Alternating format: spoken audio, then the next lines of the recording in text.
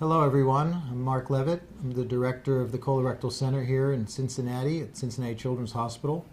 With me is Teri Martini, our program manager, the director of our nursing program. And we're really excited to be doing this again. We are back by popular demand. We had a wonderful ClickCast about a month ago, and there has been a lot of requests to do this again. And we're thrilled to do that. It's a really good way, I find, to communicate with you. I just wish I could see you, look you in the eye, but we're going to get this through to you by web. Please send us your questions. We do not need you to send them a second time.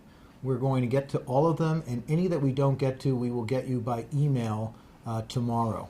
So we're going to focus our attention tonight on the bowel management for bowel problems, and the population that we're really focused on are those with spina bifida.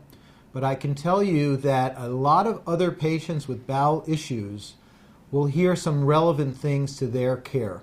So those of you with children with anorectal malformations or Hirschsprung's disease or other spinal anomalies causing colon problems will very much benefit from some of the strategies that we're going to be discussing. So basically what we're going to do is start taking your questions, and let's get to it. So we have the first question is from Dana, who tells us that their son has a spina bifida and is 4 and has been using Miralax. And they want to know my thoughts about Miralax and its safety. Well, I will tell you, Dana from Austin, Texas, Miralax is a big problem in patients trying to have bowel movements without the help of enemas. So my assumption is that your son is being helped by Miralax to help him go. But I can tell you what Miralax is Miralax is a stool softener. It is not a laxative, and therefore it's a real problem for patients like this who have slow-moving colons. They need help to make the colon move faster, and that means a laxative. And the only laxatives that we really know about are those that contain senna and those that are Dulcolax-like products with bisacodyl as the active ingredient. Everything else is a stool softener. So for Miralax to be used in a case like this, I suspect it's making the stool soft but not helping the stool come out.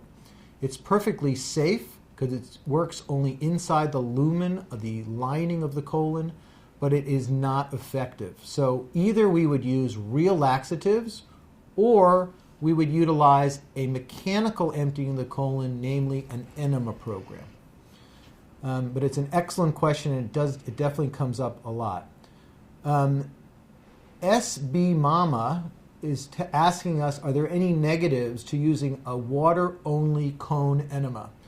Well, you're asking sort of two questions in one. What is the fluid in the enema, and what is the actual enema that's being used? Meaning, what is the mechanics of the enema?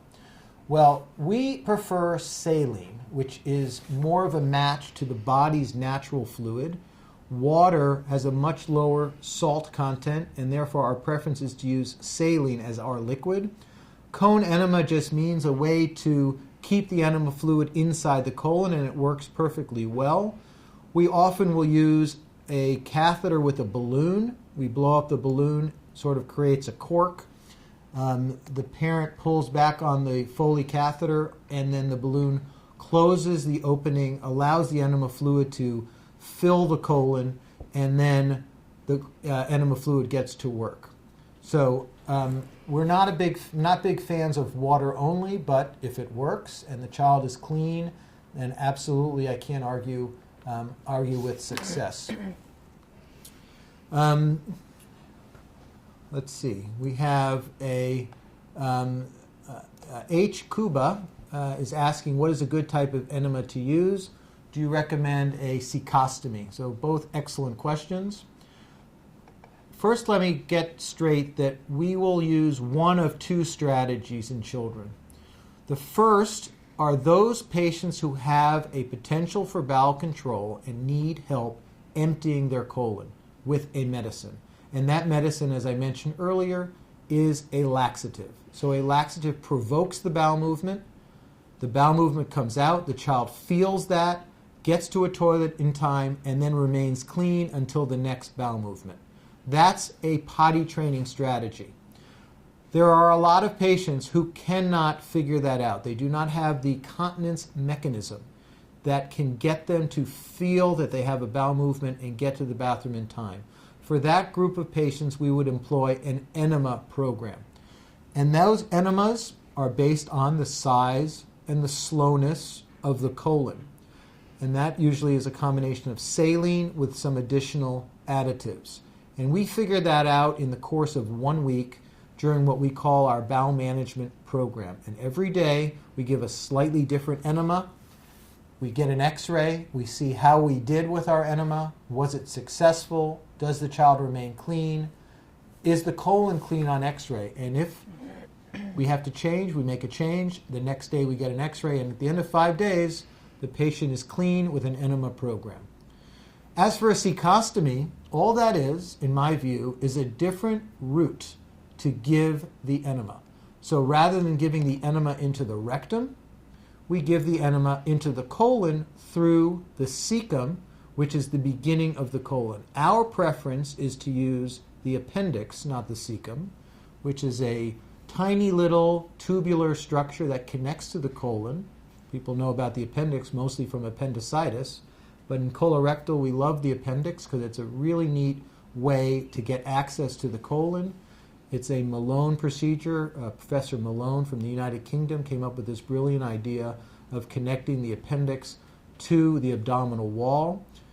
We put the appendix at the belly button so it's hidden inside the fold of the belly button, and therefore the enema can enter the belly button and make the child clean.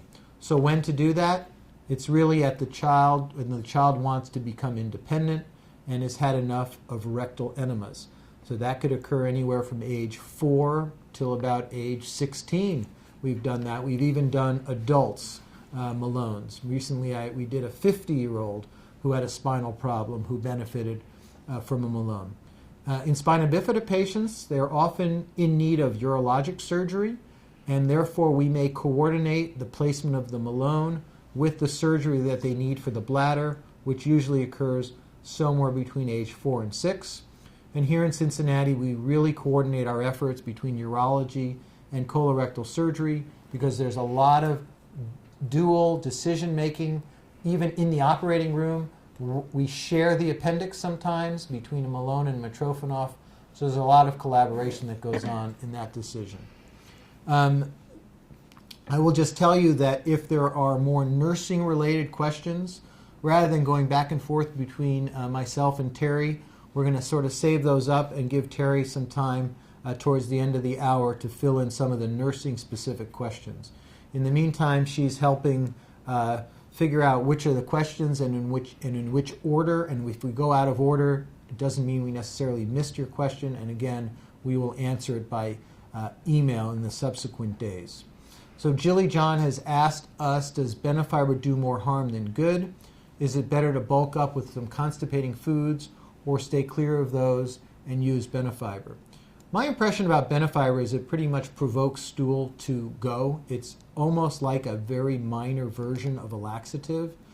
Again, we have to be specific. Are we talking about a patient who needs help medically to empty, or is this a patient who is mechanically emptying with an enema?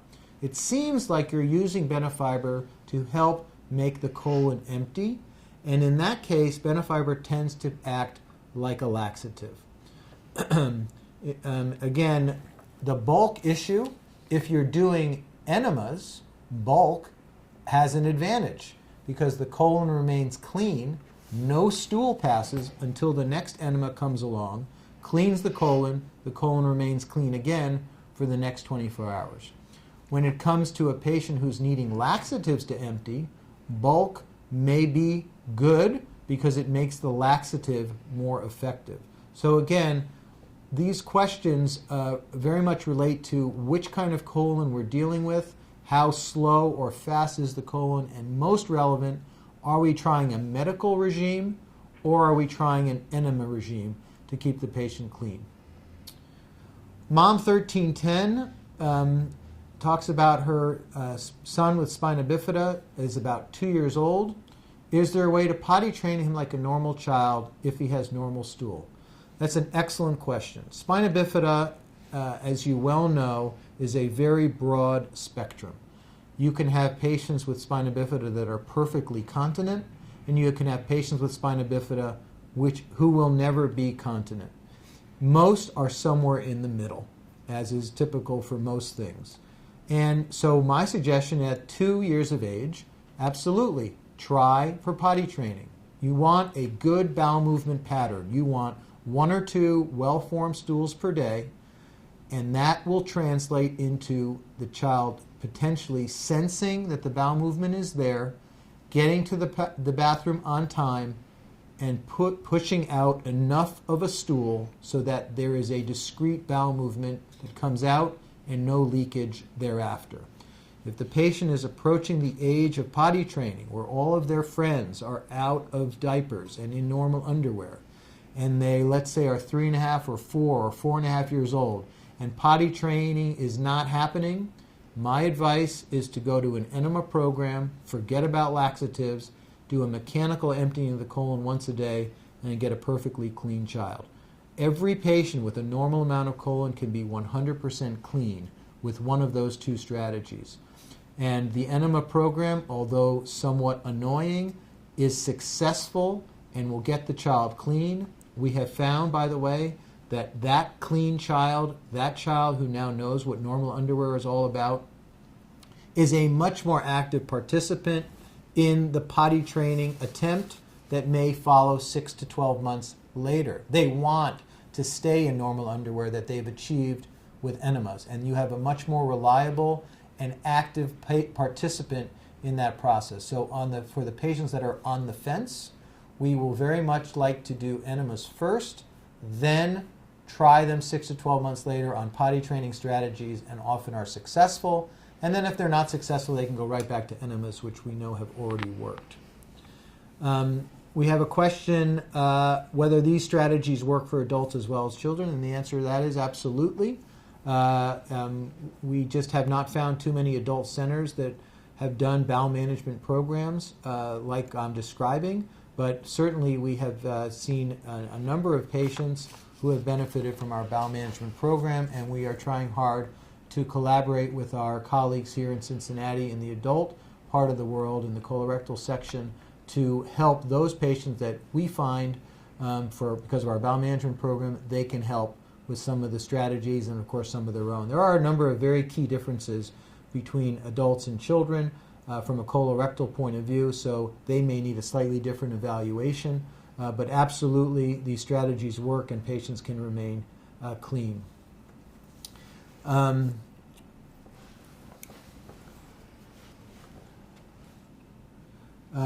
We have heard that kind of question from many of you. The next question I see is from M. May 1175. My son is 6, and we have been through many types of enema, and nothing works. We have heard that time and time again. He has virtually no rectal tone, which makes holding in enemas very difficult. He constantly leaks. This is, thank you so much for this question, because it really, we've learned a lot about this unique patient group, spina bifida patients and bowel management, because of this rectal tone issue. I can assure you there is an enema that will work. The key is keeping that enema in that colon. That may require a very large balloon so that the hole is completely plugged and gets the enema working, gets that colon clean. This is why I think many of these kinds of patients do particularly well with a Malone, because the enema goes from top down. It doesn't go from down up. And that's why often we might employ the Malone up front as an early strategy so that enemas will work. Remember, it's the enema that's the key, not the root of the enema. But if there's a problem with tone, it is hard, I agree, it is hard to hold that enema in, and therefore the Malone is a very helpful thing. I think Teri's going to comment a little bit more about that when we get to her section in a little while. Teacher Meg has a daughter with a low imperforate anus who is 10, and has been using a Dulcolax suppository for the past few years. Is it safe to continue using these suppositories for so many years? The answer is it's safe. I just think that there would be there's got to be a better strategy that we could help you find rather than doing this. Patients with a LIA, low imperforate anus, often have potential for bowel control. And what may be happening here is that this is a colon that is not emptying because it's not getting enough laxative. And we've seen many, many patients with exactly what your daughter has that don't need enemas at all. They need laxatives. And we do a similar program for those kinds of patients called a laxative trial. We want to test out that colon, see how much laxatives are required to empty that colon, and check each day with an x-ray, again, across a 1-week outpatient program, and we can see if we can successfully empty that program. And often we can, particularly in someone like your daughter who has a good potential for bowel control, and I know that because of her original type of anorectal malformation. A mom has a daughter with spina bifida who is 3.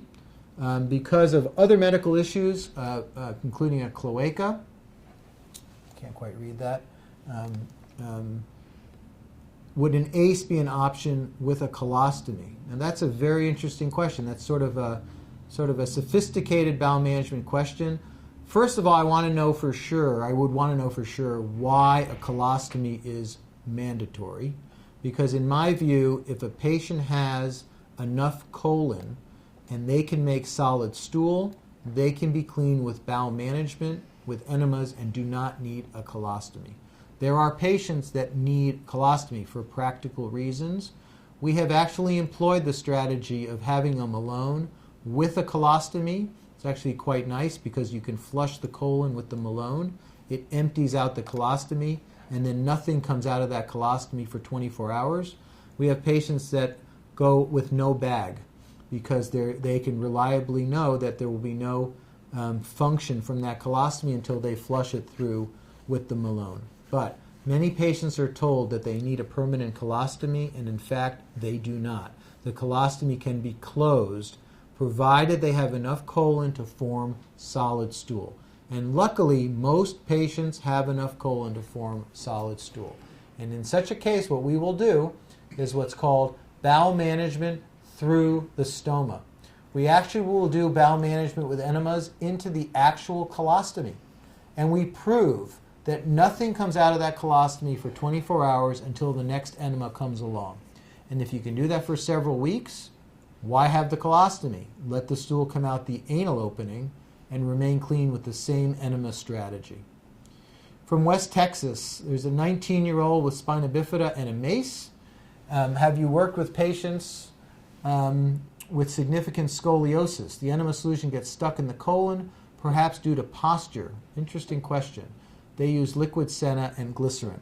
Well, we would never combine enemas with laxatives because the enema may be successful in emptying the colon, but the laxative will then kick out a stool that we didn't want to happen. So we want the enema to clean the colon and nothing to happen for 24 hours. So we never combine laxatives with an enema. Now, as far as the scoliosis, frankly, I haven't seen scoliosis be an impediment to a successful enema program. As long as you have the right enema solution, the colon can be emptied through that mace. The scoliosis it may change where the colon lies, but it shouldn't change how easy it is to empty the colon. If the enema solution gets, quote, stuck in the colon, I suspect it's due to what enema is being used, not to the scoliosis.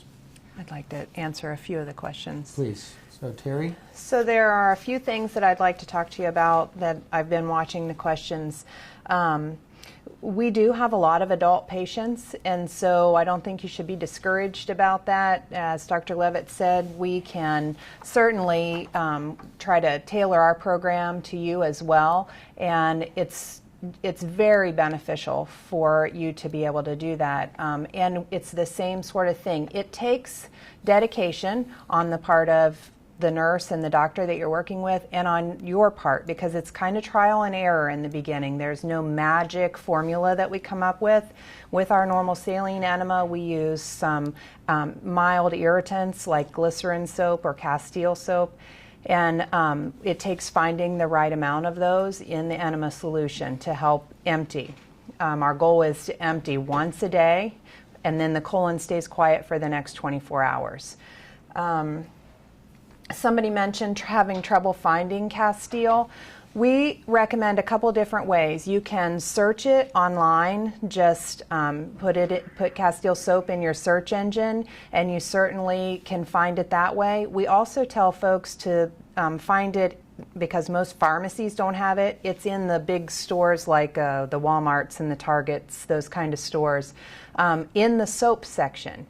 And many times they're scented, like lavender or things, and you can use any of that. And just, I think, don't look in the pharmacy, look in the soap section in the store.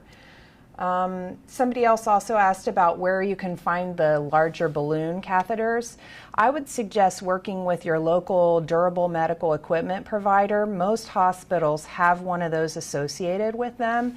And if you just go in and explain that you're looking for a Foley catheter, a urinary catheter that has a large capacity balloon, a large volume balloon, they can usually help you find it. There's not any one special supplier that we work with. We just have to kind of be creative. And what throws people is usually that you're asking for a urinary catheter. They're confused about why you're asking for that.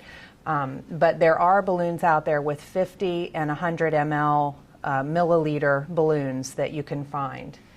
Let's see. And the stretching of the anus, we hear that a lot too from people that have been using the cone enema.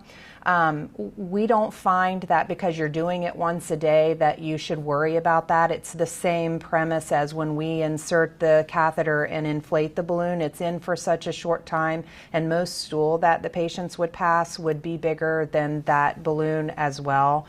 The problem we hear most patients say with the cone is that there's so much leakage, so that's why we've just had better luck with the catheters. So I'll let Dr. Levitt take over again, and then I'll keep track again, and feel free to address anything that you think specifically might be a nursing question. I'll be glad to help. Yeah, so let me address a couple that have come in. Robin, 55, is asking what prognosis does a girl born with a long common channel have of continence without enemas?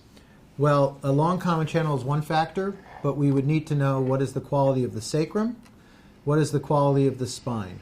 So you could easily have a patient with a long channel cloaca who could be continent if they had a good sacrum and a good spine.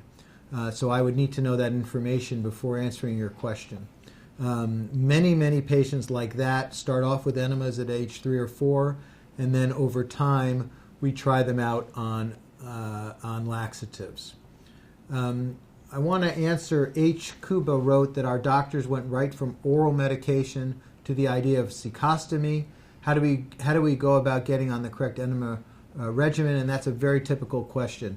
Often patients, doctors are going right to cecostomy, and I think if the patient is assessed to have good potential for bowel control, it's worth trying them on what I described as a laxative trial to see if that can win the game. And if that cannot, then we would go to enemas, and we would do enemas through the rectum first, prove that we have the right solution to get the colon clean, and then offer a Malone. And as I said, we like to do Malones rather than a cecostomy. Mandy 1, are there any similar bowel programs in the UK? Well, a year ago I would have said none that I know of, but I can tell you very proudly we've just successfully trained our first UK trainee, Dr. Bala Iradi, who is wonderful, very talented, and has now gone back, and he is in Leicester. We have a very close collaboration in Leeds with Mr. Jonathan Sutcliffe and his partners there. So yes, there are some locations in the UK where you can seek help. Those two come to mind, and those two individuals collaborate well, although they are in nearby cities. And we'd be happy to help facilitate connection to them. Robin 55, how can I help my 2-year-old with HIA, which I am interpreting to mean high imperfect anus, empty, with larger, less frequent bowel movements? That question cannot be answered unless I know the colon. What is that colon? Is that a big colon or a small colon? Because you could have frequent bowel movements related to constipation. You could have frequent bowel movements related to diarrhea. How do you get frequent bowel movements with a constipation? That makes no sense. Well, if you have an impaction and the liquid stool above the impaction passes through around the impaction, you will have what is interpreted to be diarrhea, but in fact is related to constipation. The answer, the breaking of the code, is with a contrast study of the colon. We know exactly, is it a big colon? Most of the time it is. Or a small colon, a narrow colon. Often, sometimes it's that case, and based on that assessment of the anatomy, we can draw conclusions as to how to treat the patient. Elizabeth's mom, my 6-year-old daughter, has been on a daily saline enema for a few years. Is successful most of the time, but she has to sit for at least an hour to fully empty. What can help? That's a great question. So there are ways to upgrade the potency of an enema. To saline, we will add things like glycerin as our first line. We will then add to that Castile soap. We may add to that a phosphate-based fluid, but we try to avoid phosphate if we can. And then occasionally we have a colon that is very difficult to clean. It requires a very large enema and it takes a long time. And in that case, we have offered a patient surgery. We've been very successful with removing a section of the colon to make that colon easier to clean. Another reason why I think it's so important to have a enema program through the rectum first before deciding about the Malone. Because sometimes what we'll do is when we go to the surgery for the Malone, we will add to that removal of a section of the colon, so that the Malone then flushes through a now much more easily flushed colon. And if the enema that we've determined is a reasonable enema and doesn't take too long, then all they need is the Malone. If the enema is very large or very concentrated or takes a very long time, we will add a resection of the colon, part of the colon, maybe about 25% gets removed with the Malone, and now we have a much easier to clean enema. Kate's mom, 173, when performing an initial bowel surgery, how do you decide whether to go straight to a Malone or use a Chait tube? Is anatomy the main driving force to decide on what to use for Mitrofanov and MACE? Well, I'm not sure what you mean by the initial bowel surgery. We would rarely do a Malone associated with an initial bowel surgery because those bowel surgeries are done fairly young. But when the patient's of the age where they need to get into normal underwear, we would do an enema program. If that patient is determined to be likely to need an enema program long term and a urologic procedure is looming, we will incorporate with that urologic procedure a Malone. Now, the anatomic details of whether we can use the Malone, we can use the appendix for the Malone and the Mitrofanov. Well, pretty much if it's a long appendix and has a nice definable blood supply, often those appendixes can be split in half. Half goes for the Mitrofanov, half goes for the Malone. It's a really neat technique that we've used here. Another very important reason I think that the colon team and the urology team need to collaborate, need to coordinate. And very rarely is that the setup. Often the urologic procedure is going on, a Malone is added, but not that much thought has been put into how to successfully empty the colon. An enema program was not employed preoperatively, and now the patient has a Malone, and yet they're not clean. and that can be avoided with a proper bowel management program first. Mom 1310, one problem is he doesn't know how to strain after inserting the enema. Any suggestions? Just that he shouldn't be. You want to take that? It's a Yeah, good one. that I think that's a concern of everyone. He shouldn't have to be straining at all. The enema process should be that the enema irritates the colon to get the stool out of there, and then it should exit without any straining. So it just takes a matter of finding those irritants that really won't even give him the opportunity to hold back. We want that to empty, all of that stool and liquid to come back out without effort from him. And we usually tell patients that it's about an hour process.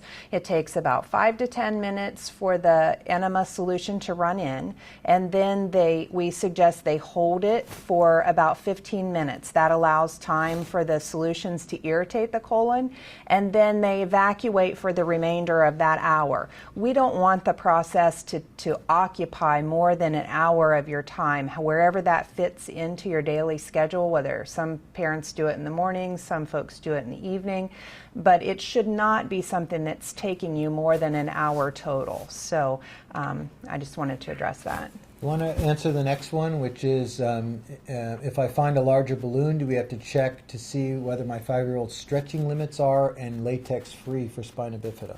The latex-free would be completely patient-dependent. If you can go with that, we would always suggest it, just because those patients are subjected to so many different irritants throughout their lifetime. But as far as checking the stretching limits, we would just suggest that you inflate it a little bit, start small. Then you would start the enema solution to infuse, and if it still leaks out, then add a little bit more. There's no set volume for everyone that works. You would just be comfortable watching. You will be safe just inflating a little bit until you eliminate the leaking. You won't hurt the child. So Jilly John's writing, are we best to keep our son on laxatives and have bowel movements all day until we can get to Cincinnati, or can we start enemas on our own? Not sure where to begin. I would stick with what you're doing just to keep the patient from getting constipated. It's very hard to start enemas on your own. We need to know what the colon looks like to then predict what enema they will need. And you also wrote, same author has written, I'd read that phosphate enemas are not safe for children with hydronephrosis. That made me nervous about starting enemas. Well, we rarely use phosphate. I would love to avoid phosphate if we can. Often when we do need phosphate, it's only for a very short period of time, and in a colon that requires regular phosphate, those are the ones that may be set up for the need for removal of some of the colon, like I discussed. But of course, as we discussed, there's many other ways to give enemas that don't include phosphate. You're quite right about worrying about phosphate with underlying renal disease. Hydronephrosis in and of itself would not be of danger to put phosphate into an enema, but any patient with renal insufficiency, that means the kidneys aren't functioning at full capacity, you don't want extra phosphate floating around. So we almost never utilize phosphate if we can avoid it. How does the Bowel Management Program work? How long does it take to complete the program from Valerie 322? Well, it works, it's outpatient. The patient comes for a consultation on a Friday. The entire group of patients that are there for bowel management, and we do it 1 week per month. It's about 30 to 40 families, 1 week per month. And at 8 a.m. on a Friday, we have a lecture to the families and sort of go over what it's all about. They have a consultation with one of our 6 surgeons, and they meet one of our 9 nurses. And then that visit, we tailor the bowel management program to the specific patient. We decide whether they're going to go with laxatives or enemas. We're going to decide, is that a slow colon or a fast colon? And we're going to come with a regimen to be given for that day. The next, they have the weekend to figure out some of it, sort of the kinks, how to give the enema, some of the mechanics of it. Monday morning, they will give the enema. Sunday night, they will give the laxative if they're on the laxative program. And then everyone gets an x-ray between about 8 and 10 a.m. Sometime in the afternoon, the entire team meets. We hear how the patient did. The nurses had a communication with the family either by phone or by email. We then look at your child's x-ray. So make sure when they take those x-rays they smile, because we're going to be looking at those x-rays.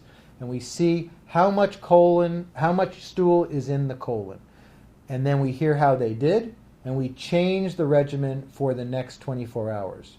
And then the family changes the regimen to whatever we told them to change it to.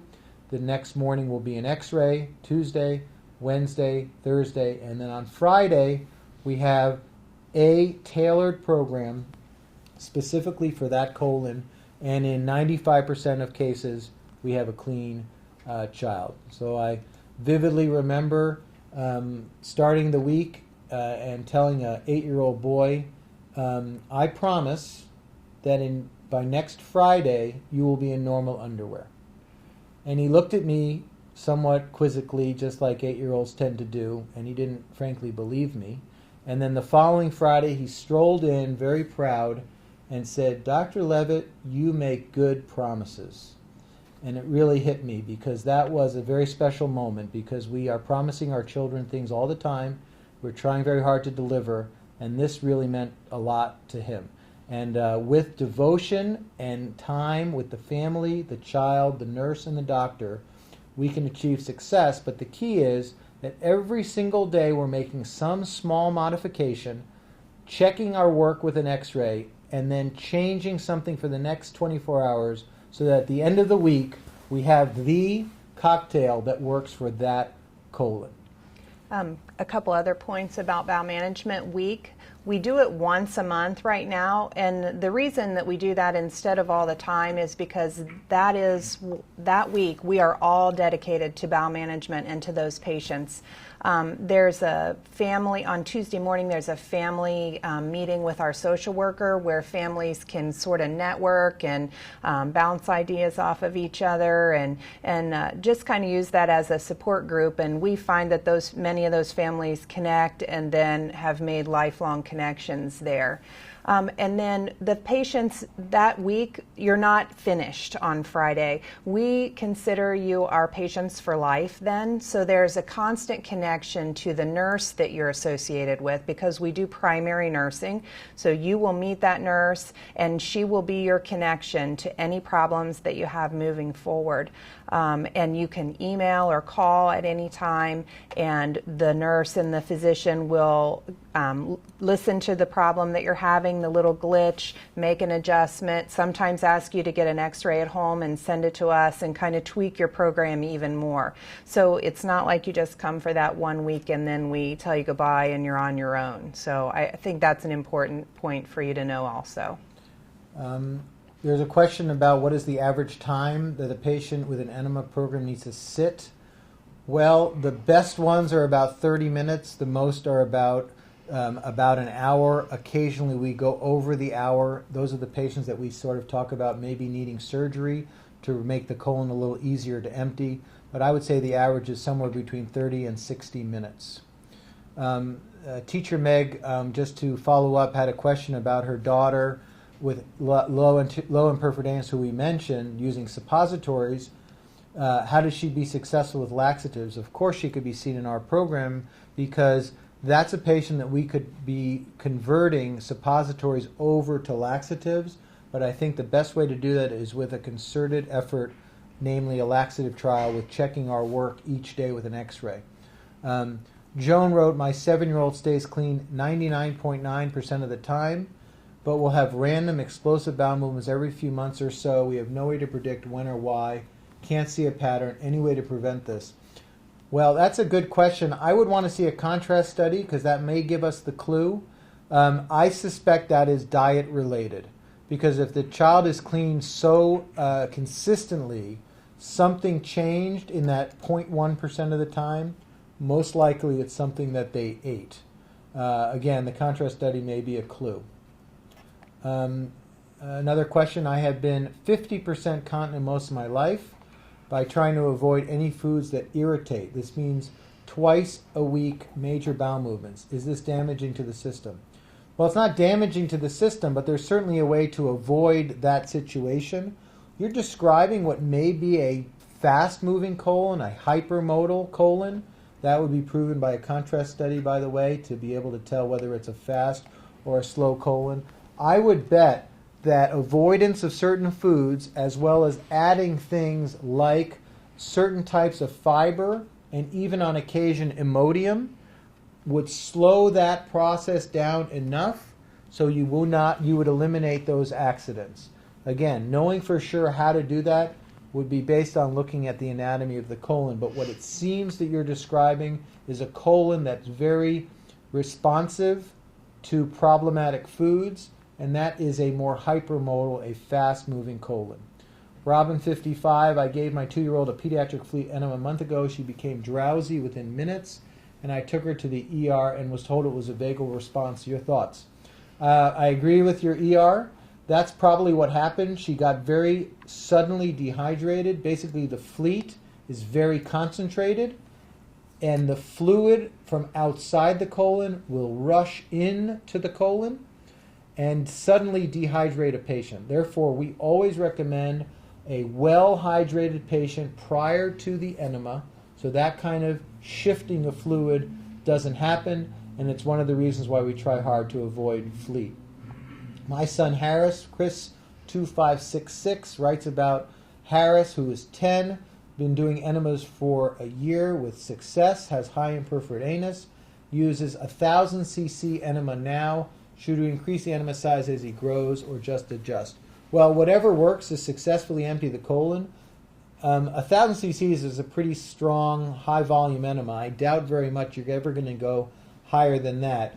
If the colon becomes harder to empty, I would add things to the saline rather than increase the saline. And in fact, you might do well with a smaller volume enema with some additives to make it more concentrated. Elizabeth's mom, is there another fiber supplement that works better than Benefiber, and would it work better? Is there a certain amount you have used for maximum effectiveness? I think it's important to know that fiber comes in two forms, water-soluble and water-insoluble. Water-soluble fiber provides bulk. Water-insoluble fiber makes you go. Benefiber has sort of a unique quality in that it tends to make most patients go. Therefore, I often will avoid Benefiber. But the fibers that slow things down are things like pectin and Citracel. Those are good for slowing things down. And occasionally we add fiber like that to slow things down so the colon remains quiet and has somewhat of a bulky stool until the enema comes along and flushes it clean. Another situation where we use water-soluble fiber is with laxatives. Laxatives may successfully provoke a bowel movement, but the stools that it provokes are too loose.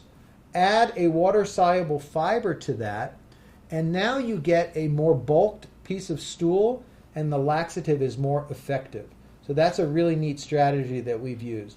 Mandy 1, like Joan, my daughter, is the same, or she will get severely constipated even though she goes every day. We're always upping and downing the dose of Movicol, sometimes 6 a day. So Movicol is a stool softener. So my suggestion is to not use stool softeners in patients like this and rather use something provocative like a laxative, something with either senna or with bisacodyl. But the discrepancy you see in the dose often will relate to an incomplete emptying of the colon. The only way to know for sure is to get several x-rays several days in a row, and then you know exactly what is the effect of that medicine that you're utilizing. Robin 55, is there a similar program in Canada that you're aware of? I am not aware of a bowel management program per se in Canada. I know there's a fair bit of experience with Hirschsprung's disease in Toronto at Sick Kids, but I don't know of an official bowel management program. We have had the Sick Kids in Toronto nurse spend some time with us in Cincinnati, which was very, very helpful. But that's all I know about as far as bowel management programs in Canada. M. May 1175, are most insurance companies covering this type of program? I've heard that some insurance company doesn't consider this medically necessary. Well, to those insurance companies, I would say, what if their child was soiling? Would it be medically necessary?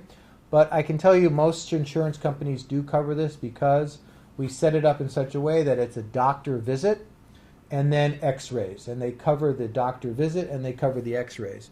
The overall program, we don't have a charge for the program. We charge for the hospital charges for the components of the program, namely the doctor and nurse interaction and the x-rays that get done, as well as the contrast study that gets done before. We have been very aggressive about it, convincing insurance companies that this is important. And we have had patients come from all over the country and all over the world for bowel management. Frankly, some of them pay it themselves without the insurance company because they think it's so important. It's much less expensive than any surgery, and I can tell you we have helped many more children with this non-surgical component of our program than any surgery we could ever dream of, because it is doable, it's effective, it's quick, and it's all outpatient. And we have letters that we send to insurance companies to explain the program and convince them, and we will help you with that if you are finding that you're running into a wall on that subject. L. Gary, is there a way to save this? I have seen several questions that have been asked. Yes, we are going to reply in text to all of the questions. It's going to take Teri and I a couple days to type out all of our answers, but then we will email you the entire text. Also, this video interaction will be able to be gone to by those of you who want to see it again, or others who have missed it. If you want to be emailed the text, send us an email. And you should see an email that says colorectalcenter@cchmc.org scrolling on your screen. If you send us an email, we will give you back this exact set of questions with the answers typed in underneath. Cincinnati mom. My daughter absolutely refuses the Citracel and pectin. She is too young to understand. By the way, when I move like this, it's because I'm trying to see the screen, which is behind the camera, so I apologize. The amount of senna that we need to clean her out blows her out and completely. What else can we try? Well, there are constipating foods that may work to bulk the stool and make the laxative work on a more bound piece of stool. There are a number of other potential fibers that could be used, and we have many tricks of getting Citracel and pectin into children, even when they refuse. I know they're very smart and they figure out that it's in there, but for example, if you take pectin and sprinkle it on yogurt or ice cream or macaroni and cheese, there are some ways to get pectin into kids and that they tolerate it well. A question from West Texas. We use the mace. We can hear the swishing of the solution in the colon after an hour or more. Do you think that means the part of the colon should be removed?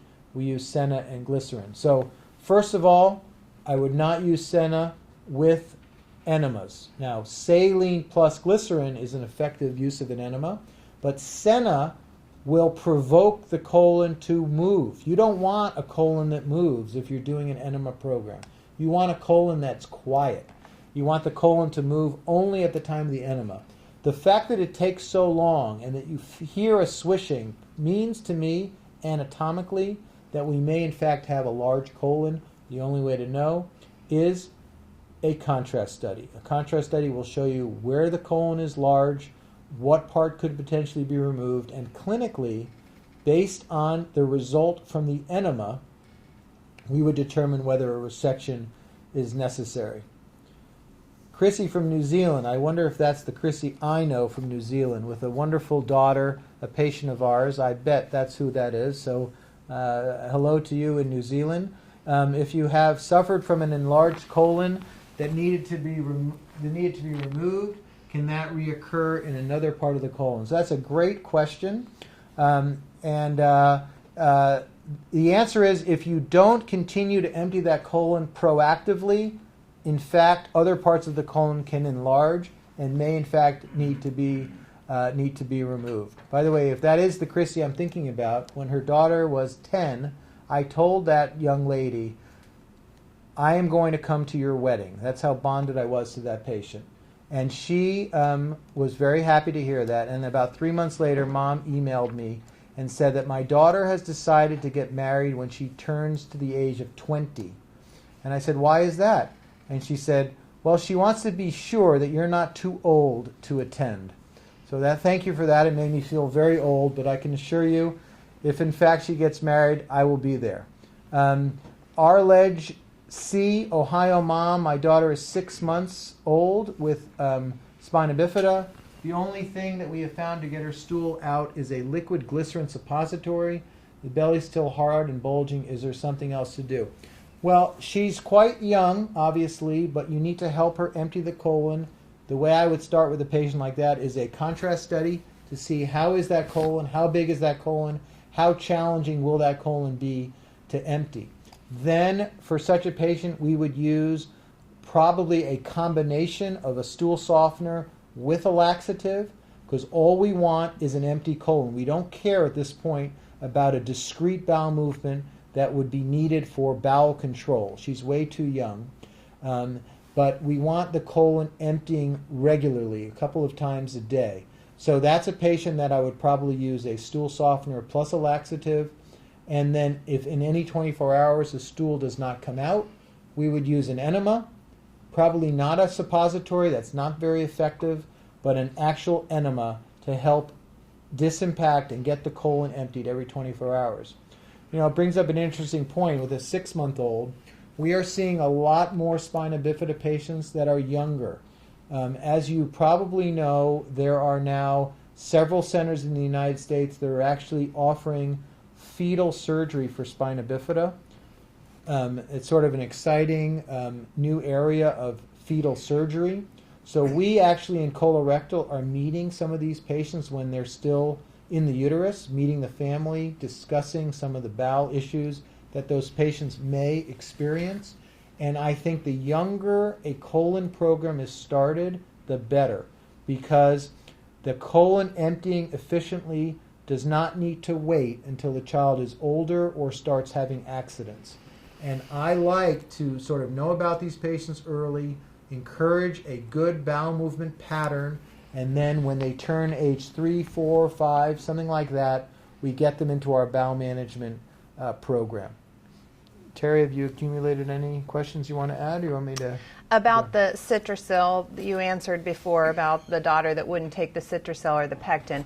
Our physicians feel like there's something that you have to have called moral authority. So we have all tried the Citracil and the pectin also. So I know the pectin doesn't taste too good. We all liked the Citracil, but one idea, instead of getting them to try to drink it, is to sprinkle it on food, especially if they will eat like cantaloupe, some kind of fruit like that. It's such an orangey taste that it tastes good. So I'd suggest maybe just sprinkling it on the food and see if that's a more tolerable solution for you. Yeah, we had a nice fiber party in clinic a couple weeks back, and we all tasted all the different types of fiber, and so we know exactly what that's called moral authority, as Teri has stated. So we all know what your children are being asked to deal with. T. Salenza asks, what happens if the laxative dose gets too high and the child has vomiting or other symptoms? ? And then enemas. So that's a very good question. There are patients out there that do well with laxatives, but the laxative dose is very high. And it's so high that it's not really compatible with a good quality of life. That's a patient who may need part of the colon removed to then reduce the amount of laxatives that the child requires. A straightforward move in the interim is to go to a daily enema and forget about the laxatives for a while. I would recommend a formal laxative trial to determine, in fact, what is the dose to empty the colon, so we can prove that that dose is, in fact, emptying the colon by x-ray. And then, at the end of the week, when we find that that dose is working, but it's super high and causing symptoms, that's a patient who may need surgery to remove some of the colon. L. Gary, I've tried to get a support group in my area and have had several obstacles. Do you have any suggestions? Well, that's a great question. I think I would recommend using the support group called the World. The internet is an amazing place. It has completely changed our practice. We have interaction with patients from all over the world that are communicating with each other exactly in forums just like this. You can get a lot of information and never leave your computer screen and communicate with people who have suffered just like you from all over the world. So there are support groups in Spina Bifida. There's a national level. There's an international level. Every city has a local chapter. There's a lot. There's IA has a Yahoo group for imperfect anus. There's the Pull Through Network for imperfect anus, and Hirschsprung's disease has an international group. If you go to our website, all of the family organizations are listed, and all of the countries. We have, I think, about 20 countries that have their own family organization. So it is out there. It's just a matter of finding it. By the way, I will mention that, we talked about the Spina Bifida groups. There is a World Congress, the second ever in Las Vegas for Spina Bifida in March, and our team will be attending there and discussing our bowel management strategies for Spina Bifida, as well as taking questions at a booth. And then at the national level, there's the Spina Bifida Conference, which is in Indianapolis, very close by to Cincinnati, the last weekend of July. June. The last weekend of June, and June 28th actually to July 1st. And the Spina Bifida Conference in Las Vegas is March 11th through 14th. And June 28th to July 1st is the National Spina Bifida meeting, and we have submitted our work on bowel management for Spina Bifida, and we will plan to attend. We're almost ready to wrap up. We have a question from Cloaca Mom. I read on another hospital's website that infants with IA should begin enemas before the age of 1, so they get used to it. My daughter has just turned 1. We are trying to manage her stool by diet. Well, my advice to you is to not worry about this until the child is ready for the age of potty training. They will get used to it very, very quickly. There's no reason to have them get enemas all those years. Of course, if you want them perfectly clean, by all means, but I think it's more appropriate to start an enema program around the age that the child wants to be in normal underwear, which is somewhere between age 3 and 5, pretty much based on when your child needs to be in normal underwear, often determined by whether the nursery school will accept them in pull-ups or what. We have many families that the age 5 is the time because that's when they're in kindergarten. We have some families that want to send their kids to nursery school at age 3 and want them in normal underwear at that point. And that's the time, I believe, to learn how to use the enema. In the meantime, diet and laxatives are the way to go. And at the point where they're at the age of potty training is when to switch over to enemas. And just make sure they stool every day right now. Yes, so. And I think the key thing to focus on before bowel management is to avoid impactions and constipation, because these kids tend to get constipated and can get impacted, and the way to manage that is with stool softeners plus laxatives. It's another thing we deal with are patients that are younger than the age of potty training. I love when a family plugs to us at that age, because we really can coordinate a good bowel movement pattern and set them up for the time where enemas are started. Just that remember that we'll answer everybody's questions by email, so that you'll be able to get everything that you asked that we didn't get to because of such great participation tonight. We'll get answers to you, and hopefully we will actually get to meet some of you at the national conference in Indianapolis, because that will be widely attended by parents and patients as well as clinicians. So we're looking forward to that. I just want to end with a question that's often asked to me of why we're in Cincinnati with this program.